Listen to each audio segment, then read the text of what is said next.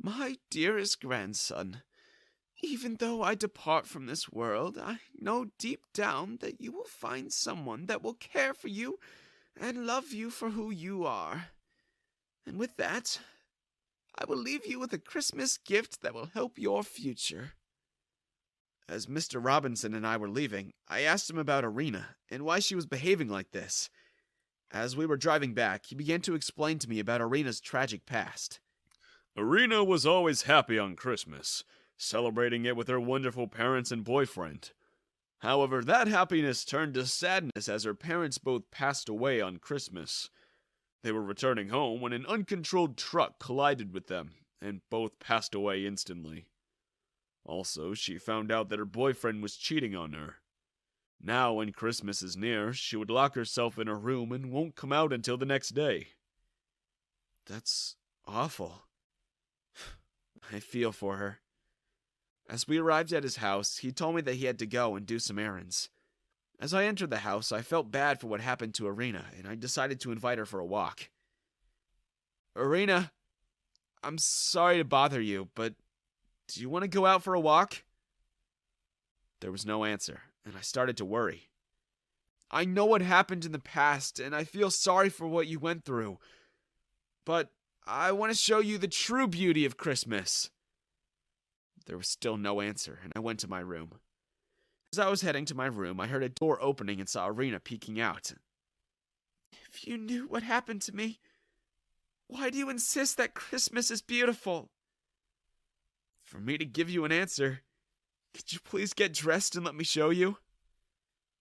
After hearing what I said, Irina closed the door and got dressed up. Once Irina was dressed up, Spencer took Irina to the city park, where a giant Christmas tree was decorated and the park was festive. Upon arriving at the park, Irina and I went to the games section to win some prizes. After winning a few prizes, we both walked to the Christmas tree to view its magnificent glory. I looked at Irina and her face was filled with astonishment as she had witnessed a wonderful Christmas tree. Now you see what I mean.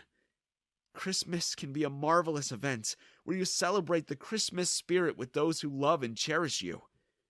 I understand what you've gone through, but you should move on and continue being happy. Even though your parents aren't here now, they are with you in spirit, and they will be by your side celebrating Christmas with you. After I finished saying that, Irina hugged and thanked me for my honesty. As we were going back home, suddenly, without anticipation, Irina kissed me and asked me to be her boyfriend. At first, I was caught by surprise.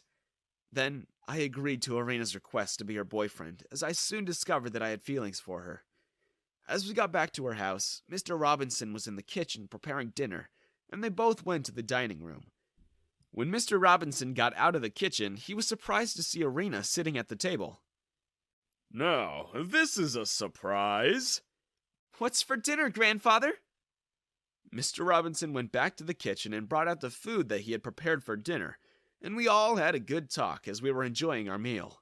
Mr. Robinson was thanking me for helping Irina, and Irina told Mr. Robinson about our official dating. This caught Mr. Robinson by surprise, but he accepted it as he viewed me as a perfect man to be with Irina. As we finished dinner, we heard a phone ringing, and Mr. Robinson went to answer it, while Irina and I went to clean the plates. As we both finished cleaning up, Mr. Robinson returned to the dining room to inform me of the recent upsetting news. Spencer, it is best for you to sit down. At first, I was confused to what was going on, but I sat down to hear what he had to say. Then, Mr. Robinson told me something that broke my heart. I just received a call from the hospital that your grandmother was admitted in. I'm sorry, Spencer, but your grandmother has passed away. After hearing the news of my grandmother's recent departure, I broke down in tears as Mr. Robinson continued to inform me about the funeral arrangements. After Mr. Robinson was done, I went to my room and went to sleep, awaiting the day to attend the funeral. On the day of my grandmother's funeral, Mr. Robinson offered to drive me to the cemetery for the funeral. I suited up and left the house to visit my grandmother. I thanked Mr. Robinson for dropping me off and told him that he could pick me up later. When I arrived at the gravesite of my grandmother, every one of my relatives showed up to the funeral, even my horrible parents. Nevertheless, the entire ceremony continued on, and everyone was sad to see my kind-hearted grandmother had passed away. When the funeral ceremony was reaching its conclusion, my grandmother's lawyer stepped up to announce her will. I looked at my awful parents, and I swear I could see dollar signs in their eyes as they were waiting to hear the will. First, let me give my deepest condolences for your loss. I hold in my hands her will that she instructed me to read to the entire family. The lawyer began to read the will regarding how she had made wonderful memories with her family. Then, the lawyer read the portion regarding the inheritance. Regarding to the inheritance, I hand over my house and my fortune to the person who suffered neglect from his own parents. My grandson, Spencer. I was shocked and surprised that my grandmother had left me everything she had. But after hearing that I was the solo heir, my father tried to rush at me. He was intercepted by my uncle and went flying after receiving an uppercut. My mother went to see if my father was all right. Then, everyone in the family cut ties with my parents and vowed to never help them after learning what they did to me. After receiving the inheritance, I returned to Mr. Robinson's house to thank him for everything he had done and to say goodbye. Irina wanted me to stay with her, but Mr. Robinson understood why and thanked me for helping Irina. I know that leaving suddenly hurts, but I want to start a new life and become the man I dreamt of becoming. Before leaving, I assured Irina that we would meet again and be happy with each other. With that, Irina gave me one last kiss, and then I left. Years have gone by, and I've become a wealthy businessman. One day, I went for a walk at the park where the traditional Christmas celebration was being held. I was enjoying the view of the festival when I heard a familiar voice. "I see that you haven't changed, Spencer." After hearing the voice, I turned around, and it was Irina. She had grown up to be more beautiful than before. Irina told me that Mr. Robinson had passed away, leaving Irina with his inheritance. I gave my deepest condolences to her and apologized for leaving her. She was happy to see me again and jumped for a hug. Then we started walking around the park when we stumbled upon the same gate where we kissed in the past. There was mistletoe, and then we kissed. After that day, we started to go on dates. Eventually, I decided to propose to her, and she agreed. Now, we're married and expecting a baby. But the saying that goes, "the past will always haunt you," came true, as my parents were at my front door again. My parents looked fatigued and were wearing worn-out clothes.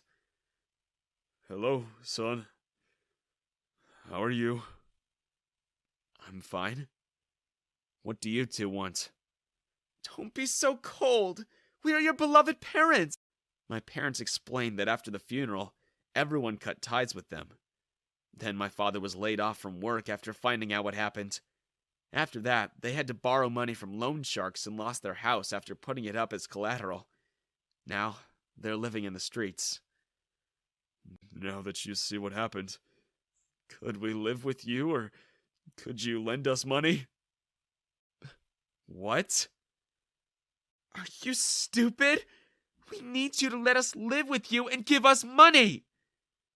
Why should I let you come back into my life when you treated me like trash? You ungrateful brat! My father grabbed me and threatened me, but I gained the upper hand and gave him a right hook, and he went flying. Then, I told him to never return, or I'll give him a warm room in prison as a Christmas gift. They never came back, and I celebrated Christmas with a beautiful, kind wife and my baby boy.